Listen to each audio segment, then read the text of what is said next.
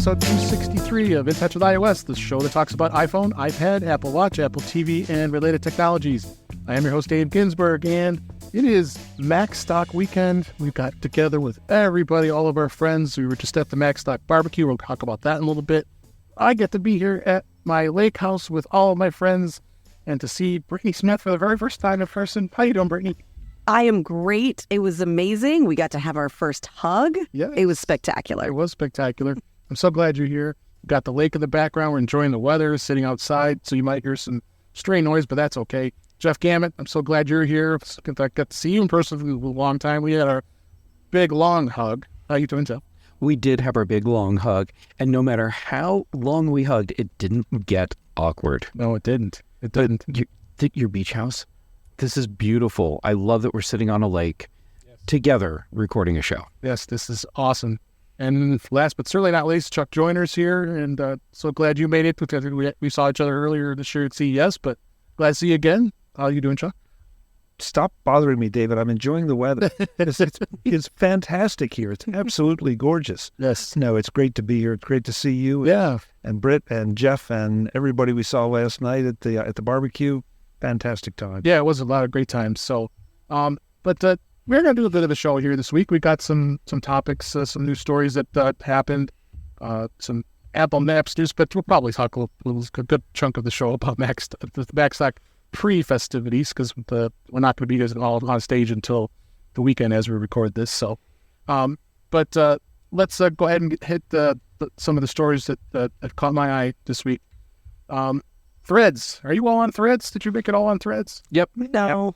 You didn't make it. I don't have an Instagram account. That's mine. Oh, so there's that. But the Threads social network did get its first major update. Threads social network was released its significant update this week, introduced a range of new features that improved the functionality of the social network, which we kind of expected. It was basically 1.0. Updating, including a tab for seeing who follows you and who follows you, then you can follow them back, an option to subscribe and unfollow and all that stuff. And there's a whole list of things that they added this week. Jeff, with you being on all the social medias and networks, and especially Mastodon, but how have you been liking Threads, and you think any of these improvements are even noticeable? Well, just being able to see a list of who's following you, that's a big thing right there, because now it's a lot easier to see who's following you so you can follow people back. It's the overall experience feels nice right now. Maybe that's because of the people that I'm following, but yeah, it's just a nice little chat microblog platform, and yeah, it probably says something that I'm not like fawning over it like it's the most amazing thing ever, but yeah, it's just another social platform. Yeah, for sure. How about you, Chuck? Has it been anything earth-shattering you like, or have you been using it much? I've been using it some to promote the show. It's a little bit awkward for me as a potential user, just because I tend to spend more time in front of a laptop screen, and there is no web interface. There's only my phone interface. And so that just lends it for the way I use social media. It not pushes me away, but I just don't. I might check it once a day if I'm, if I'm really into it. But other than that, it's fine. But the more people that get on, the more people that hit the algorithm that they think that I should see, the more junk I get in a feed. So I'm with Jeff. If I can just look at the people I'm following, it feels. I'm sorry, I'm going to get hate mail for this, but it feels a little more like Twitter that I can figure out what I want to see as opposed to what they want me to see. Yeah. No, it hasn't been. I mean, I've been dabbling into it. It hasn't been too terribly exciting, but probably Brittany, you're probably good that you're not on there. Just it's not something that you haven't been using the Instagram account. And yeah. No, and I've talked to a lot of people about it, and I have access to Instagram accounts. They just aren't only mine, so I don't feel comfortable making a Threads. Sure. Well, that's the thing. Once you do a Threads account, you can't get rid of it, and you have to delete your Instagram account, at least for now. I would hope Meta does something about that, because that is kind of... Yeah, that's kind of a problem. That's kind of silly. Maybe someone wants to be on one, not the other. So, but I guess now we're at 1.01. I think it's really where we're at now. when it comes to this. So, So are we allowed to be paranoid here? of course. Okay, so if I were paranoid, I would say that that's one more way for Zuck to lock us into his little social media empire and gather more information and to penalize you in some way if you decide to try to get out. That if you're out, you're all the way out. I don't think you have to be super paranoid, at least on the data collection, because that's happening. There's a reason our friends in the EU can't get on. Well, that's a good point. That's a real good point. I have a feeling it's not so much the let's manipulate people in such a way that they feel the pain point for leaving would be too high. I think it's more that they rushed to do a launch because there was a window where it would be optimum for them to release the product, and they hit the window. But I think they made a lot of compromises to get into that window. So, Jeff, do you think that means that this was not planned? This was more an impulsive kind of thing, taking advantage of the circumstances? Let's just put it out there that surround Twitter at the moment. Well, to a degree, I mean, clearly they've been working on this for a while, and I think that their plan was to do a launch. They had a launch window selected, and then with some of the things that have been happening with Twitter and the sudden increase in dissatisfaction, they saw this window where they could really leverage that. So they just changed their bar for what their minimum viable product would be, and just sacrificed a bunch of features, and there you go. And I'm waving to everyone on the boats out on the lake. Water skiing, or they're pulling a well, usually it's on the two. It looks like a big floaty out there. I don't know. I've never seen naked water skiing. They do barefoot skiing. Well, let's go skiing, Chuck. You're too anxious, Jeff. You're too anxious. So, anyway, let's we'll see where it goes. I mean, it's still pretty fresh and new. I found this to be interesting. I didn't even know about this database that's out there. Apple DB. It offers a very useful database of Apple devices, software updates, firmware releases, and more. This was launched back in 2022. It's a very helpful resource that provides a database of Apple devices, software updates, and firmware releases, and more. The website was recently updated with all of the Mac OS releases and beta versions, dating all the way back to Tiger in 2005. I didn't know anything about this database until this story. And I don't know, Chuck, have you seen this database before? No, this was new to me too. And I believe the one I always use is Every Mac. Right. So the fact that this is maintained by Apple, Every Mac does a great job. So I'm not prepared to say I've gone through and studied exactly who gives the best information, but it's another great resource, and you would like to think that it's going to be maintained and updated with a lot of extra useful information that maybe some of the others don't. Right. Yeah. No, this is great. I mean, we'll talk about iOS 16.6 release candidate came out, but it goes through all of the betas. It gives you new devices, so it gives you the ad inventory, which is awesome. Like the Beat Studio Pro just came out. We'll talk about that in a minute. It's great. What do you think, Jeff? This is a pretty cool database. Yeah, this is cool. I've been poking around just a little bit right now because this is the most preparation I've done for the show today. No, but you didn't know about this database, which is no, I didn't. I like when I bring up a story. I've been a long time Mac Tracker user. Mac Tracker, I use that too. And that gives you hardware and operating system versions, but I don't think it does any other apps, and it doesn't do firmware. So it's cool to have a resource where I can look up, if I need to, firmware versions too. Yeah, absolutely. Anything that interests you on this stuff? It's fascinating. It does not appear that it is run by Apple, but it didn't seem like it. No, it says at the bottom it's not affiliated, and also it had ads on it. But it's really cool. Looks like a great resource. Yeah, so we'll have a link in the show notes, so you definitely can check it out. Check it out. Speaking of, we just talked about Beat Studio Pro. They did debut this week with improved sound quality, spatial audio, USB-C, and more. They introduced an updated version of that Studio over-the-ear headphones today. I've got an old pair.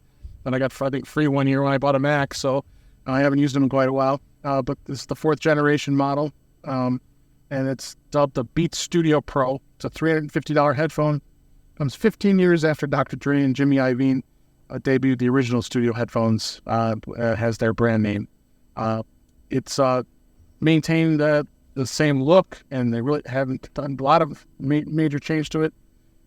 Sound quality, they're saying it's about the most of the latest Apple's technology, with adaptive noise cancellation with the ANC, and it does seem to have some good sound quality that a lot of the reviews are saying.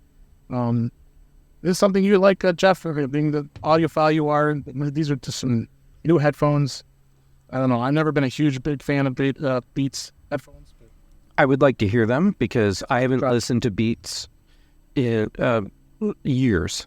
The problem that I had with Beats before was that they tend to be very bass heavy. So they sounded kind of muddy and heavy to me.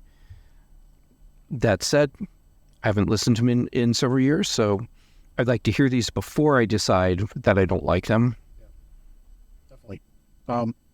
We were talking about this yesterday. You got your new AirPods Pro 2, and these are headphones. Yeah, are you really using headphones anymore, Chuck? Anymore? And you really like? The only time I use headphones anymore would be the Bose Quiet Comfort for flying. Yeah. And on the way here, I tested out the noise cancellation with the new version of the AirPods. Yeah. And I loved it. I'm just one of those people that can't seem to get a really good seal. I think if I got if I force the seal, the noise cancellation is amazing. So I've got to maybe look at some custom earbuds. But I've kind of gotten away from using headphones for anything. Just don't need them anymore. Yeah. I have a good set of external speakers at home. Sure. And that way, I'm aware of everything's going on around me. And so, these look great. They look very comfortable. But of course, the sound is the big thing. So I'm with Jeff. I'd want to listen to them before I make any judgments. Hit an Apple store and give them a listen. See, do you use headphones at all, Frick? Don't usually use over the ear headphones because I have kind of a big head and lots of hair, and it's a whole thing. But I like Chuck cannot seem to get a proper seal on the AirPods Pro, so I wouldn't mind if the noise cancellation is as good as the AirPods Pro 2 and the folding makes them small enough, I might think about it. I think it's fair to say, for Brittany and I both, we're not criticizing the AirPods.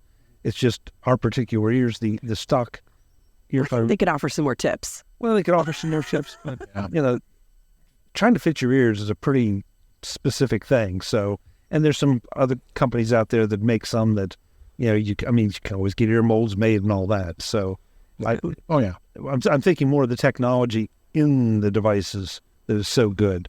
The fit is another matter. Yeah.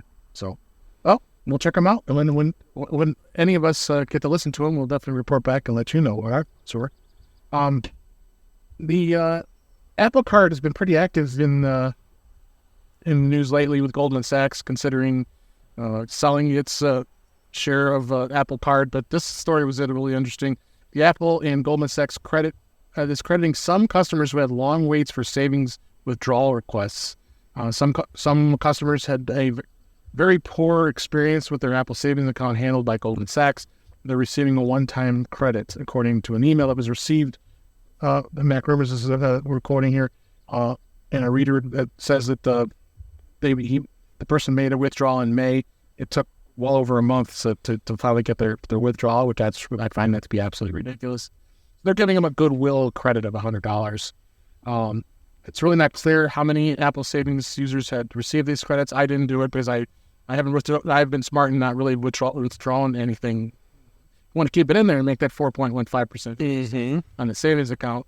So, but even the Wall Street Journal had a report that suggests multiple Apple Card customers were having trouble with their accounts. That was handled by Goldman Sachs. So you kind of have to question, where's everything going? I think Goldman Sachs reported again that they're losing money. I'm not going to quote the numbers, but it's pretty big that they want to get out of the consumer business and completely. And that the rumor was American Express may take it over. But then today on the news, they were saying American Express is losing their card usage has dropped. So who knows what's going to happen with that? What do you think, Chuck, on this? Sitting here on this beautiful lake, for some reason I'm in a paranoid mood today. I feel like there's I don't know where that. Not where I thought that was going. Yeah. Okay. Yeah, I didn't think so. But what? I guess I feel like there's more to this story. I feel like that somewhere there are regulators that may have put some pressure on Goldman Sachs. I have to wonder if Apple, as a Goldman Sachs partner, said, "Hey, you're failing our customers, and you got to do something." Yeah. I mean, $100 is nothing, but it's also not bad. So I want to know what the background is. I want to know why they decided to do this. Other than that, I'm with you, David. We're hearing all kind of reports about how Goldman Sachs is not happy with this arrangement. Yeah. And so I think it'll be interesting to see if this just sours that further, or if they just decide to get their act together. Yeah. A little bit more. Sure. What do you think, Fled? Do you don't have an Apple Card, do you? Oh, yeah. You do. Oh, yeah. Am I crazy? Why would I say that? I just said I didn't have it with me when we were at the restaurant this morning. That's another story. Initially, when they paired with Goldman Sachs, I was like, why are they doing that? And then 2 seconds later, I was like, oh, right, because they have such a bad reputation right now. They will do whatever Apple wants. And it might just be that relationship is feeling less comfortable now.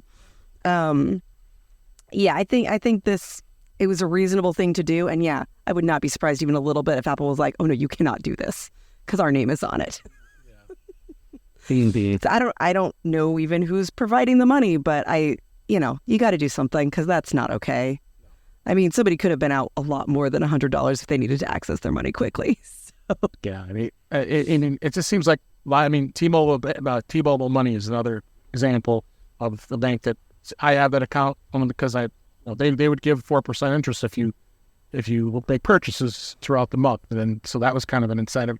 Plus, it was linked to my T-Mobile account and all that. But it takes forever to transfer money into the stupid account, and I'm like, why am I doing this? And then transferring it out isn't so bad, but transferring it in, I'm using it all the time, and it starts dwindling. Like, where is I put this deposit like a week ago? Where is this? So, Wait, seriously? Like you were waiting a week for a deposit to show? just about, yeah. That's ridiculous. Yeah, it is. So, But was that the initial run? no, it's been recent. Oh, I made some deposits, in the last couple of weeks, and it's because I'm just doing a transfer from my primary bank. This is just a secondary bank, so that I use. So, it seems slow. So that's interesting because the Apple Daily Cash that I earn, I watch it go over quick immediately. Oh yeah, for Apple. Yeah. So whose failure is this? Because the ACH issue with the air clearing, Right. excuse me.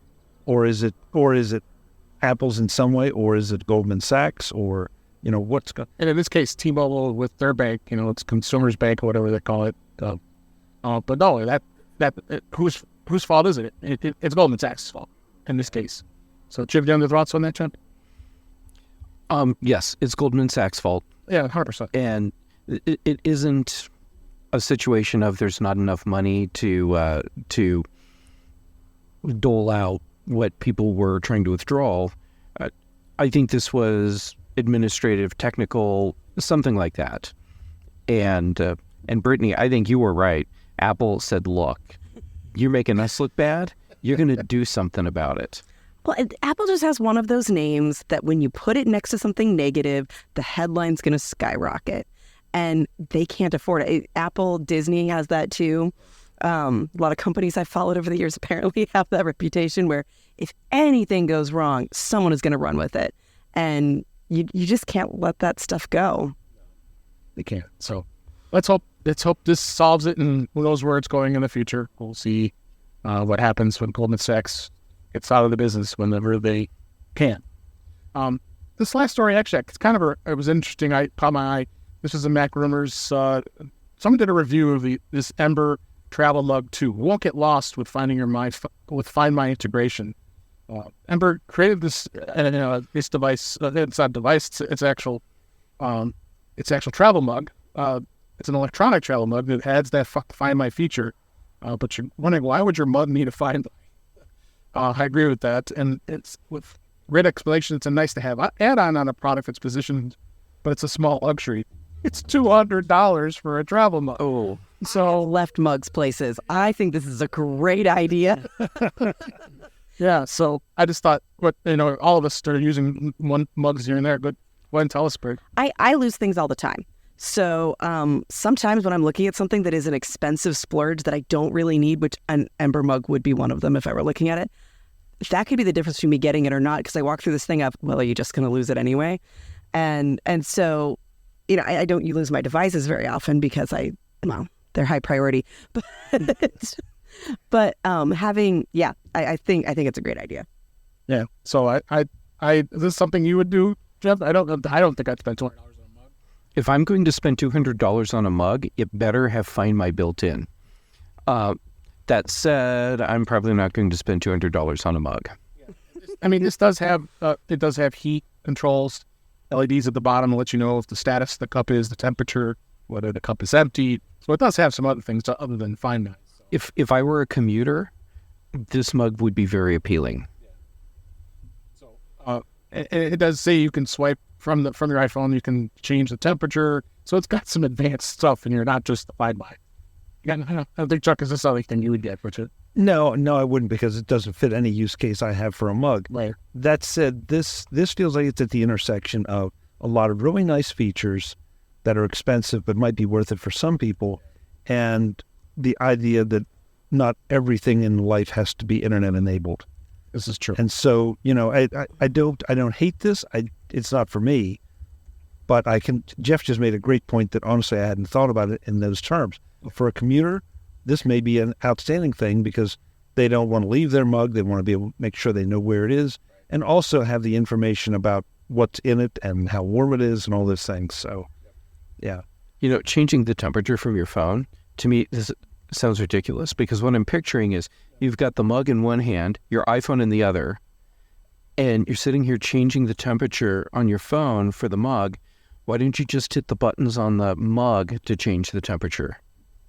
Yeah, exactly. You could do it right from the mug. What if it's in the other room? Exactly. Well, okay, I stand corrected. That way it can be ready. Well, yeah, to the remote part. That way it can be ready for you to get it when you're ready to leave in the morning. Yeah. Anyway, I thought it was interesting that I knew we'd have a bit of a debate on how kind of senseless this thing is. If I were going to get one, that would be my, okay, I don't have to write this off as a no immediately because I can find it again if I lose it. This is true. So let's move on to some news. Not news, some topics. Beta, Apple seeded the release candidate of iOS 16.6 and iPad OS 16.6 to developers. I think it came out to the public shortly thereafter. And so we're probably expecting a public launch here probably within the next week. Again, I don't see much of anything that's added to this other than the fact that Apple's taken a long time after iOS 17 came out, which has been, 6 weeks now, I think it is, since WWDC. Yeah. So we'll talk about that in a minute, but this seems interesting that they've taken this long to finally get this to a release candidate on 16.6, and none of us are on it, obviously. So, nothing else we could say about it other than we'll be getting it pretty soon here.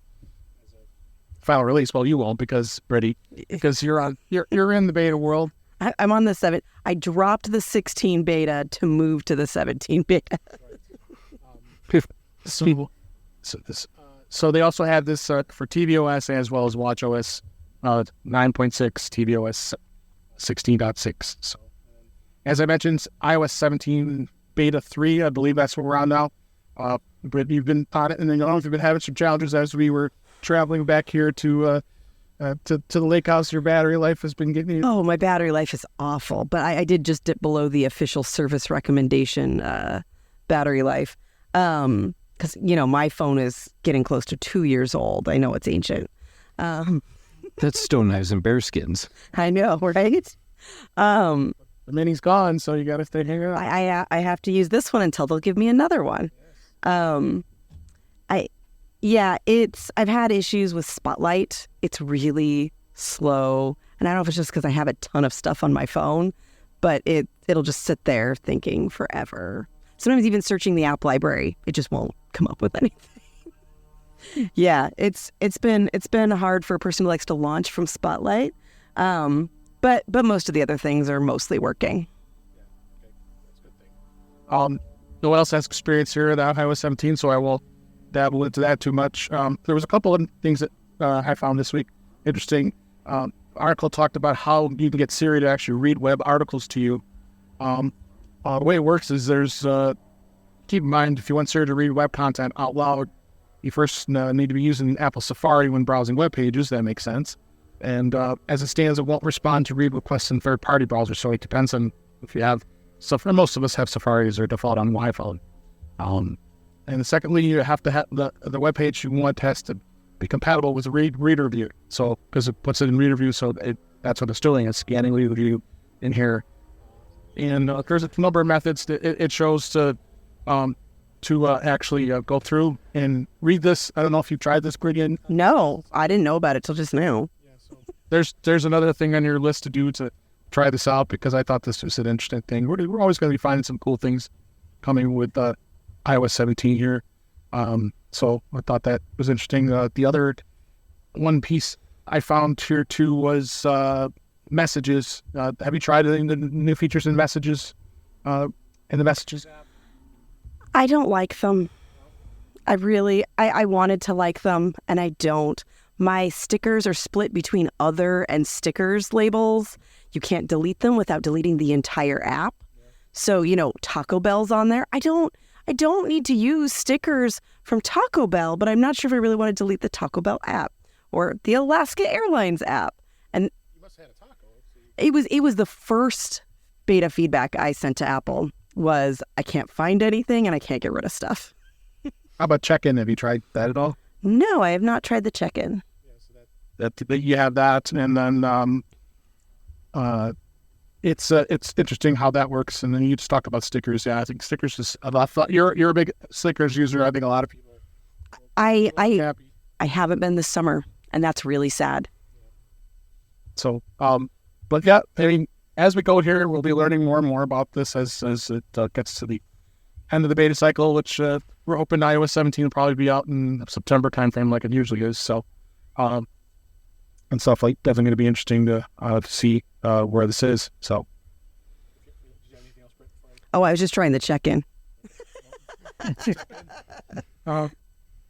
this is interesting. Try not to cover too many rumors, but sometimes they're intriguing enough. I think they're worth a mention.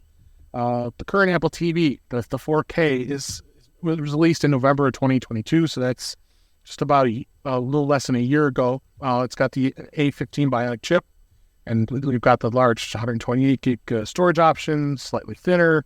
It's got HDR10 plus supports, a serial mode, it's USB-C port, more pricing, other changes. But they're saying the next gen 4K is expected to be released next year in 2024. Of course, we'd expect a faster chip. Mark Gurman has been throwing out some rumors, of course, but he's usually pretty spot on enough that I merit this a good thing to discuss. So it could be a 16 Bionic, or it could be the upcoming A17 Bionic, which would be interesting to see them put a faster chip like that in the Apple TV. I think Apple is starting to really see that this is the way. This is the way. This is the way. I just cut the cord from Comcast, moved over to YouTube TV, and I think using the Apple TV is the thing. So I think all of us agree that it's got the best interface to work with. So I think Apple's really seeing that it's something that's something good. I just got my first Apple TV, but it's at the location I'm not at most of the time. So you don't get to use it very much. Yeah, but it was better than I expected. At first, the remote control felt really backwards to me because you do the opposite gesture as you do on your phone, and it was anyway. But yeah, it's been fine. Except when it logs me out. Fast chat. Mark Gurman saying this stuff, I'm inclined to believe it. Ming Chi Kuo saying this stuff, I'm inclined to think he's pulling it out of his butt. At least so you get closer to production. Yeah, right. That's why I didn't quote him on the part of the article. Good call. Yeah. I think we're due for an Apple TV refresh, and I like the idea of an even more modern processor being in the device, and I think that would actually be a good thing beyond just the, hey, my Apple TV runs more efficient, uses less power, it doesn't run as hot, but it's for gamers too. Right. Like if Apple really wants to keep pursuing Apple TV as sort of a gaming console, put a beefier A series processor or an M series processor into this. Doing an iPhone, they're not on iPhones, they're doing an iPad, so why not Apple TV? Any thoughts, Jeff, Chuck, on Apple TV? Yeah, just that I don't think that you can that your TV interface can be fast enough, because I have now a couple TVs that are getting long in the tooth by electronic standards, and I'm noticing more and more how it's like, okay, I push a button and I feel like I have to wait. And I'll put that out there right away. No, that's a legit thing. You shouldn't have to click a button on your TV and then wait for something to happen. No. That's not how a TV user interface experience remote works. controls have ever worked. It's not okay now. All the time. Right, but now it happens all the time because we now have television operating systems. And that's why I think the better chip they can put in and the more they can tap the power of that chip to increase speed and improve the user experience, man, I'm all for it. I know it seems like a big waste to put one of the Bionics. No, they're making tons of them. Whatever, throw one in. Well, but it also means that there's less inventory, less different inventory that they have to manage. Yeah, but if it's an iPhone one, like they're only short for like 2 months. So have it come out in December. It'll be fine. Yeah, but I think this, again, Apple has to code it to take advantage of that. Yes. But it seems like they've gotten really good at some of that with what we see happening with the M1s. And the same thing is probably happening with the Bionics. We just may not always see that same performance kick because we're not using the right applications to see it. Right. That's the big thing with applications on the Apple TV. They've got to get better, and that's been the challenge. There's a lot of them not doing so well. So, other topic I want to talk about a little bit is this is an interesting article from Apple Insider. After 11 years of work, people are actually liking Apple Maps. It's surprising after all these years, right? It just noticed that people do actually like Apple Maps, and a change that only took 11 years to be acknowledged.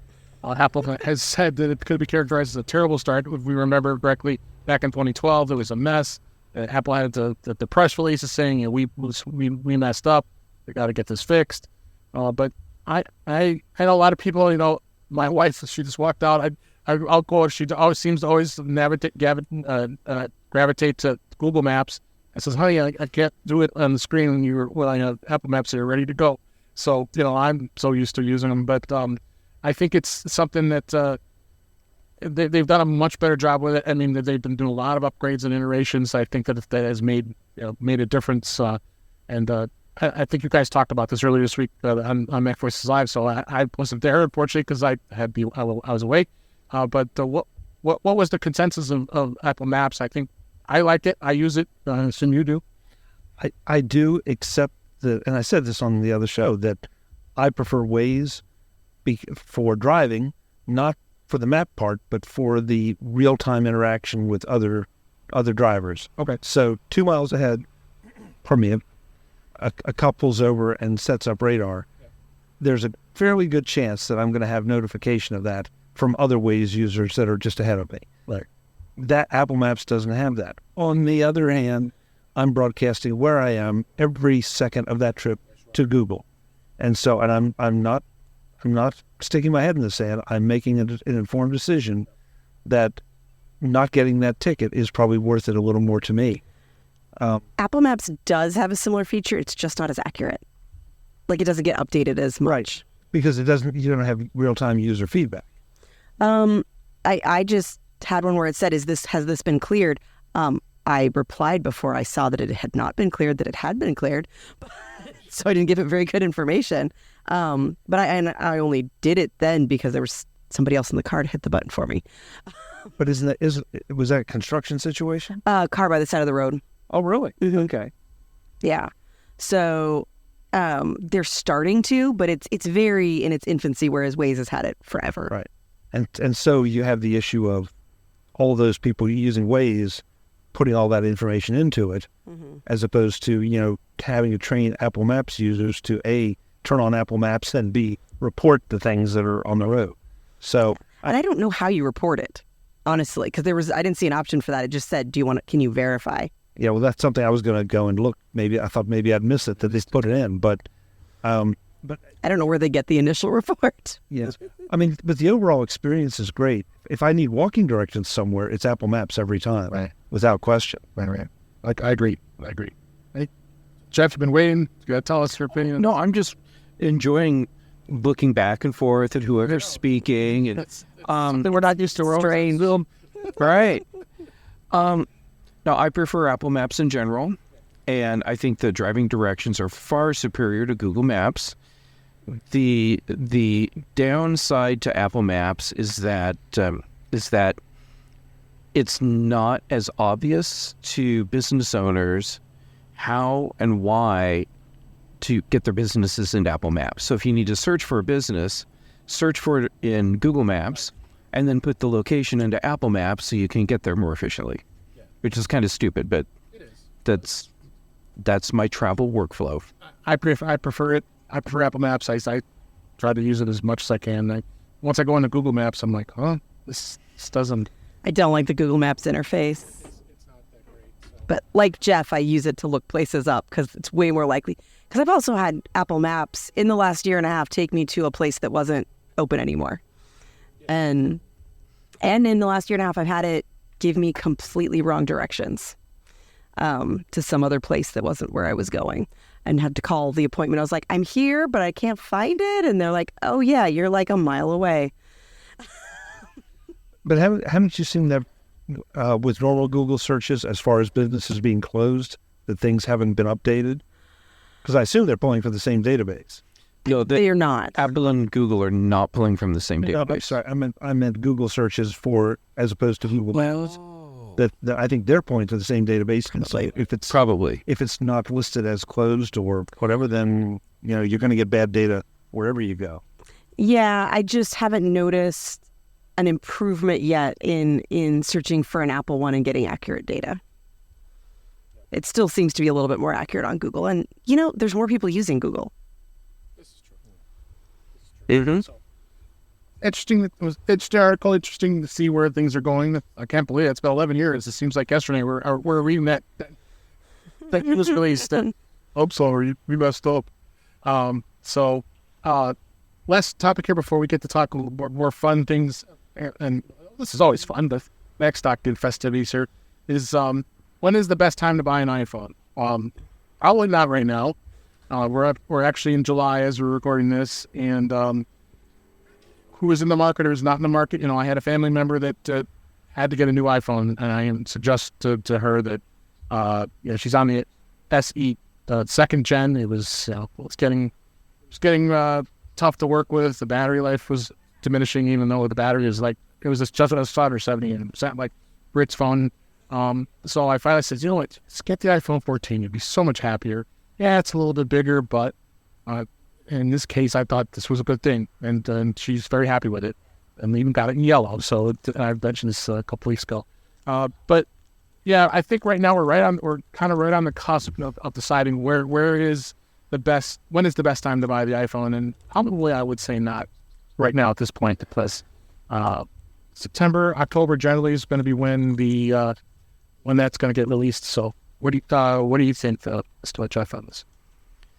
If you have the luxury of buying an iPhone whenever you please, wait until fall after the new phone's announced so you can buy whatever the latest and greatest model is. Yes, Chuck does too. yeah. If you're not in that position, my advice is you buy a new iPhone when you need to have a new iPhone. And your personal cycle may not be in sync with Apple's product release cycle. That's okay. So yeah, to me, there are two types of iPhone buyers. You need to buy it now, or you have the luxury of buying whenever the new thing comes out. Sometimes you just have to nurse it along until Apple releases another one that actually fits in your hand. Right. Yeah. There's that too. There are three types of and a maniacal devotion to the Pope. So Maniacal devotion to the Mini, but To the Mini, yes. We're kind of not in the majority. Fuck and I, because we always upgrade every year because we have to. It's just in our blood at this point. Got to have it, right? Well, you and I are on the automatic upgrade program, so it doesn't make a lot of sense for us unless we were, in the very unlikely event, we were deciding to avoid and leave the iPhone platform. Right. So that, it sort of goes without saying. But, I would submit that I want to echo everything Jeff said, with the possible exception of don't do without an iPhone for all the reasons that we can list about the benefits of the iPhone. If you need to buy a refurbished one to get you through and then resell it, if you need to buy a new one and maybe a lower model, maybe you don't need as much RAM, or you can stand to do something smaller, Brittany. or want to do something smaller. Want to do something smaller, but keep the iPhone with you, because it is truly you use it more than you realize. You use its features more than you realize, and you depend on it more than you realize. So, because I've heard people say, well, just buy a burner phone and tide you over for a couple months. And that's a terrible solution. A lot of things can be fixed too. Like if your phone's running slow and your battery's too low, it might just be the battery. Good point. Yeah. So you on the 12, the Mini, or the 13? I have both, but I'm on the 13. You hear that, Apple? I will buy every single Mini that you put out when you first release it. I don't think the Mini's going to be coming out anytime soon. Sad. There are no rumors to support that. So that's our recommendation. I thought that was a good refresher, because we get that question all the time this time of year. Should I wait? Should I not? A lot of times people are just, if you're really hard up, the phone is just in that bad a shape. The 14 is still a perfectly good iPhone, and you're going to be very happy. And the differences in processor aren't that big anymore. The 12 is still a perfectly good iPhone. The iPhone 11 is still perfectly good. Right now, my 12 is faster than my 13 because my 13 needs its battery replaced. My wife got the 13. My mother-in-law's got the 11. So, and we got others as the 12 Pro Max and the 13 Pro Max. They're perfectly fine. So there's no real reason that you have to upgrade it, as it works perfectly. So right now the 8 is the cutoff for 8. The 8 is the end of the road. The 8 and the 10. Anything higher than the 10 is still will be on iOS 17. Right. Okay. So the 10R and higher. Yeah. So if you really need to buy an iPhone right now, and I'm the scenario I'm drawing up is something happened to your phone, you dropped it over the side of the boat here on the lake, and you need it. That's one more way to afford one, and to tide you over, and then decide if you want to try to tough it out for yet another year for another release, or just go ahead and get it. So just that's our recommendations, and we'll always be talking about that, because we always get asked that question every time this time of year. So before we wrap up, I just want to end the show with just the fun we had this week. Thursday, as we record this, we all got to see each other. And I said, again, Brittany, it was so great to see you. Got a nice big hug. Tess as well, and Chuck, great to see you as well. And all of our friends that have been at Macstock, the Midwest Mac BBQ. Shout out to Barry Falk for hosting the barbecue. Amazing. It was absolutely amazing. It was. It was just had so much fun. He had a wine tasting. We had great food, great company with everybody. What are your guys' thoughts? Brittany, I know you had this. It was great to see us and having just a great time. That was amazing. It was so much fun. They're such gracious hosts. Good food, good friends, good times. Yeah, it was just absolute great to see everybody. Jeff, I mean, got to see Dave Hamilton. I mentioned him, and John F. Brun and Mike Rose, and just all around. Allison Sheridan, Steve Sheridan, and I'm probably forgetting people, but It was like a family reunion, but in a good way. And that's what Allison said too. We're just like family. Yeah, and it was just really awesome to get to see all of my friends in one place after, realistically, for a lot of people, after so many years. Oh, absolutely. Yeah, sure. Same sentiments, right, Chuck? Absolutely. I think I shook 3 hands and received 30 hugs. 30 hugs at least. And I think I did too. And one disturbing kiss from Allison, which was, that's another I discussion. saw that, yes. Yeah, I still have that in my mind, and I'm thinking about it. Yeah, I still got it in my mind too. Goodness, I'm testing for COVID as we speak. But it's also important to note, though, that was one subset of the folks we're going to see at the event starting Saturday. That we have a number of friends we know that couldn't make it in or the barbecue because of the day in between, so they're going to be there Saturday, and it's going to start all over. Yeah, we'll see people we hadn't seen at the barbecue, which is great. So quickly, we'll talk about what we're going to talk about, and then obviously we'll be able to tell everybody. I'll be talking about cloud computing. That's my topic because the topic for Macstock is learn, and I want to teach everybody and have everybody learn what it all is about cloud computing, and that's why I'll leave it at that. Jeff, what was your topic going to be?